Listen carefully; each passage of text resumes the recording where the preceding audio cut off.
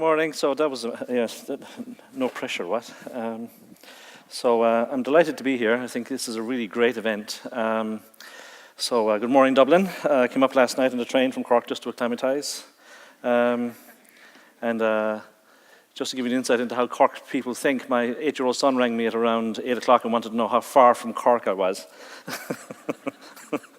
I'm going to talk to you today about, this is the title that the conference wanted me to talk about, and it's primarily around, I suppose the big question here is, where is AI going from an ethical point of view? So we hear a lot about, I suppose, the advances in the technology, and we hear a lot about the potential threats of the technology. But, are these things real? Is it hype? And I suppose, what are the issues that we really should be talking about and thinking about? And I want to give you an insight into what that is about today. So I suppose if you want to follow on, I'm on Twitter. I suppose the big thing that's happening in AI, or the big thing that has happened in AI, is the availability of massive amounts of data. We're producing as much data in 12 months now as we did in about 5,000 years of human history. Now, most of it, of course, is nonsense, but that doesn't change anything, right? So we're generating a massive amount of data. And I suppose, in a way, the advent of certain types of technologies in AI, like deep learning and so on, has really been transformational, as well as the availability of massive amounts of computing power. And that really has been the thing that has spurred on the AI revolution. If I could be a little bit provocative for a second to the AI people, and being an AI person, I make my living from AI. In a way, maybe nothing has changed. What we're doing in AI, lots of the wins in AI are large-scale function fitting. So when you were in high school, you you got some data points, X and Y axis, and you had to fit a line in between those points. Deep learning is essentially exactly the same process, except instead of 2 dimensions, there can be millions or even billions of dimensions. And it just happens to be that lots of the things that we do in terms of perception can be captured with those sorts of high-dimensional functions. But there's nothing intelligent about it. There's nothing sort of fundamentally insightful about what it is that makes us smart or not, right? So that's important. I suppose AI has been around for a long time. These are the guys who in the 1950s got together and decided that they would solve AI as a summer project, because academics in the US are paid for 9 months and they have to occupy themselves for another 3. And of course, that was enormously ambitious. And I suppose, just to give you the bluffer's guide for a second to AI, and just to get our terminology straight, artificial intelligence is a bag of different techniques, things like planning and optimization and scheduling and vision. The thing that you hear about mostly these days is machine learning, which is just one set of techniques. And the thing that you hear about enormously in AI is one particular technique, which is deep learning. So I suppose AI is not machine learning, it is not deep learning, it is much more broad than that. So I suppose that's important to say. And I suppose just in terms of what we do in machine learning, essentially we take large amounts of data. Machine learning researchers develop these algorithms in the star in the center. And what the output of those things is basically a model of something, like a recommender system, like something that predicts how healthy you are, predicts whether you're sick or not. That's their job, right? So the model at the end essentially is a sort of a model of an explanation of what is in the data. And again, it's not intelligence in the sense that we might sort of use in colloquial language.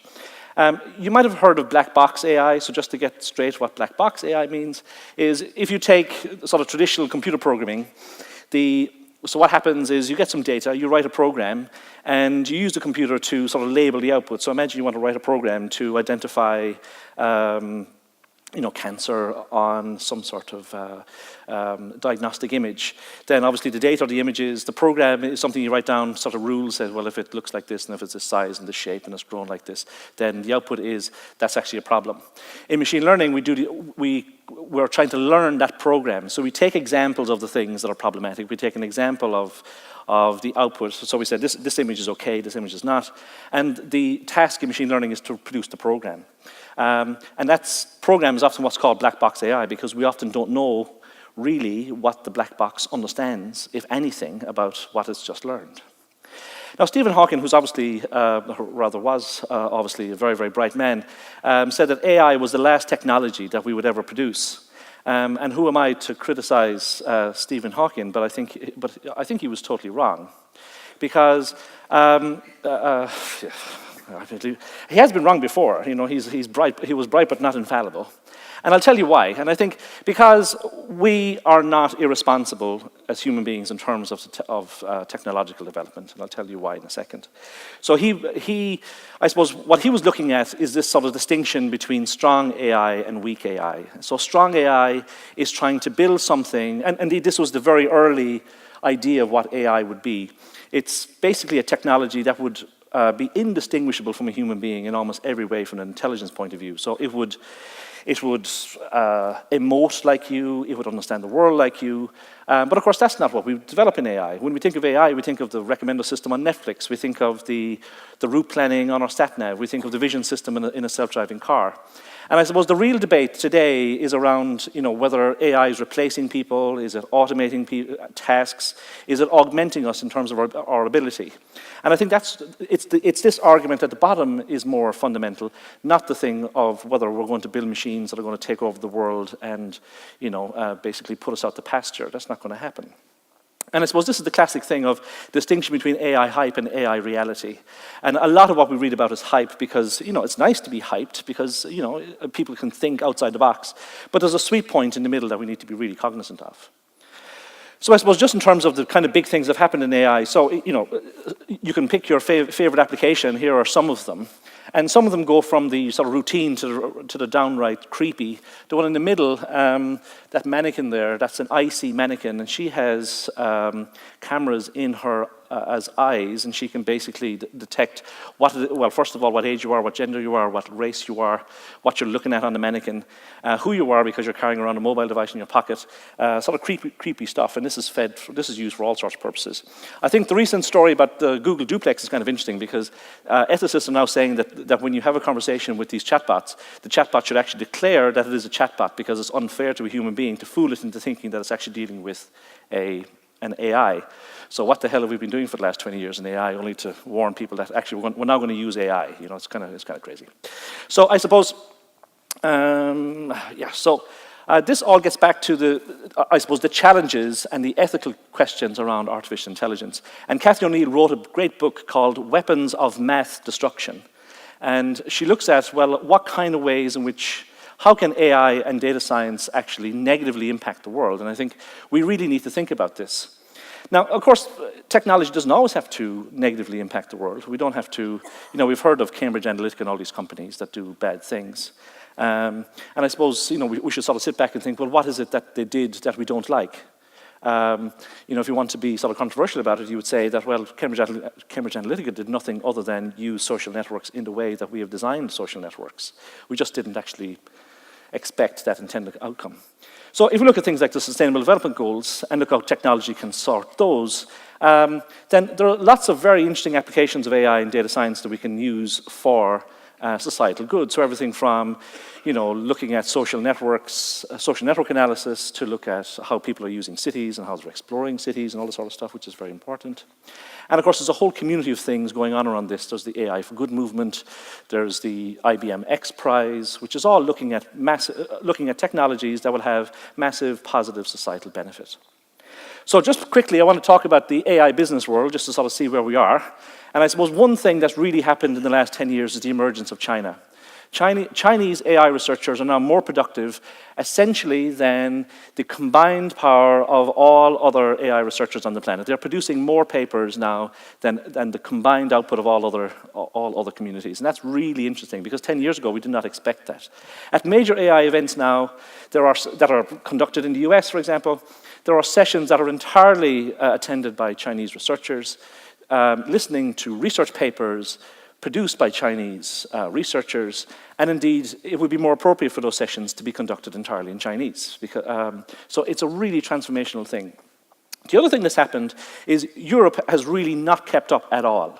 And there's a whole bunch of reasons for that. Primarily, we don't invest in these things. We're fragmented in Europe. We've this member state model, which is very, very interesting. And I suppose if we look at what's happening in AI in Europe, where are the big hubs, then we might believe that it is Dublin. And, you know, Dublin is doing well. You know, Ireland is doing good. But the big AI hub in Europe is actually in London. And in fact, there's more AI activity going on in London than there is effectively in the the top remaining 5 or 6 countries in Europe, which is something that we need to be very cognizant of in the context of Brexit. However, if we look at Ireland, if we look at population, Ireland is doing very, very well. It's basically one of the leading group of countries. So just to highlight ethics a little bit, we really need to think about ethics in artificial intelligence. We need to think about what we want AI to do for us and what we do not want it to do for us. So, with this great technology comes great responsibility. It's very, very powerful. It has power to influence people in ways that people don't even notice that they are being influenced by. So, for example, the Cambridge Analytica example. So they are exploitable. For example, there are AI Instagram characters that are entirely automatically generated. The images of themselves are entirely automatically generated, and they have huge following. They don't exist. They've never been anywhere. They don't resemble any human being that we've ever known, but people believe, they really like these characters, So I suppose one of the big ethical issues is job replacement, which Martina mentioned. For those of you who are online, if you go to "Will robots take my job" and type in your job, it'll give you some analysis on what the likelihood is. And so if you're an accountant, watch out. If you're a reporter, watch out. If you're if you're a barrister, maybe not so much, because there's a subtlety in some jobs that are very difficult to automate. Certainly if you're a plumber, plumbers are very difficult to automate, very difficult to find too. I suppose Martina also mentioned, so on ethical issues, one of the big questions is, is this Terminator thing really possible? And I think it's not going to, we hope it doesn't occur. And the AI community are very strongly trying to ban lethal autonomous weapon systems. And the argument is kind of, I agree with it, although I think the argument's a bit bogus. Like the argument I hear from lots of people who want to ban, so I want to ban lethal autonomous weapon systems, so don't worry. But they say things like, well, human beings don't want to be killed by robots. I just don't want to die, I don't care if I'm being killed by a robot or not. But I suppose the point is that we always want human beings to be responsible. We want the key decision maker always to be a human being. And we see this in the General Data Protection Regulation, for example, that there are clauses that prohibit the completely algorithmic use of decision-making technologies that have an impact on people's lives. So there are lots of campaigns on trying to kill killer robots, so to speak. And there's a huge emergence of the field of data ethics, artificial intelligence ethics. And basically the question is, well, what do we want these technologies to look like? What is good and what is bad? And that's very, very difficult to get to. But I think we need to start thinking about this. And if you look at the GDPR, to some extent, you could say it's a piece of legislation that has ethics at its heart because it's trying to manage the ownership of personal data, of the data that really describes you as individuals. And I think that's a very, very good thing. I think the GDPR is one of the best pieces of AI legislation that has been enacted anywhere in the world to date.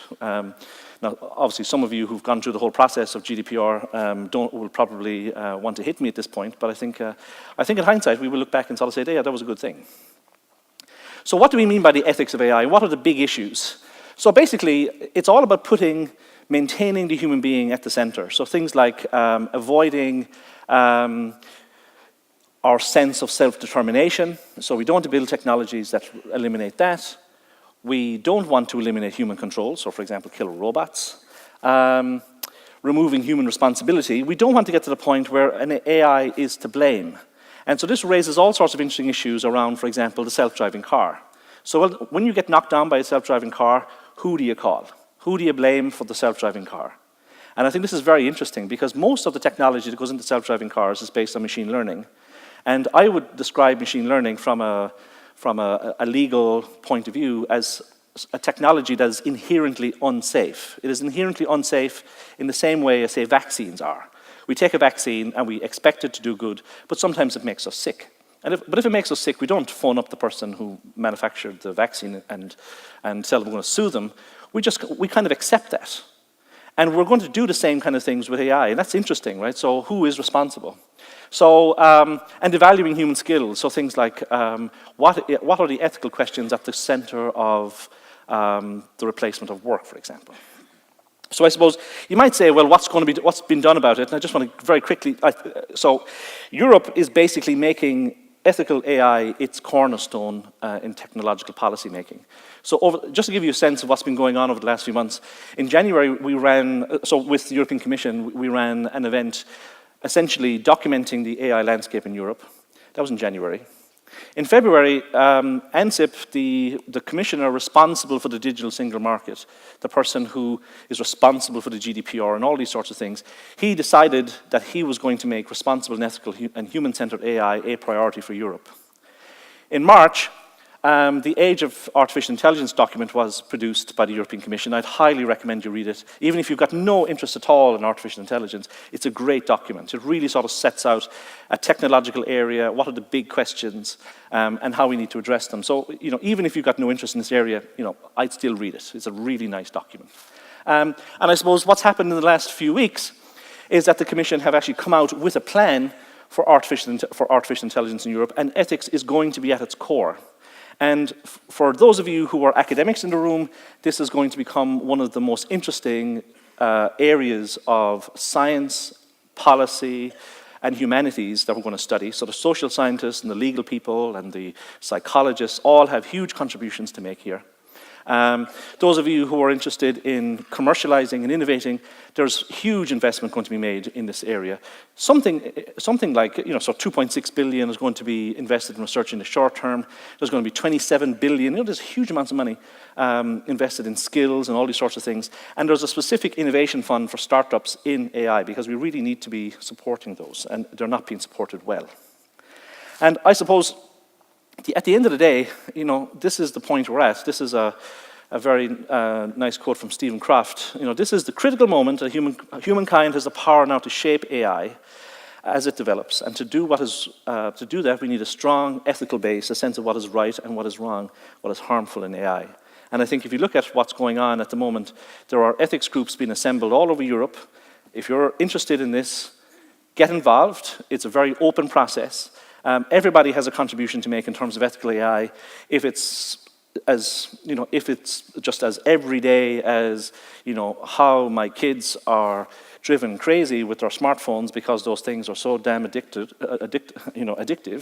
and so AI is at the heart of that. Can we develop AI techniques that help people overcome those sorts of addictions? Or those sorts of behaviors, up to and including, well, how are we going to regulate, how are we going to manage self-driving cars, how are we going to manage all these technologies? And this is the big question. So with that, that's me. Thanks very much.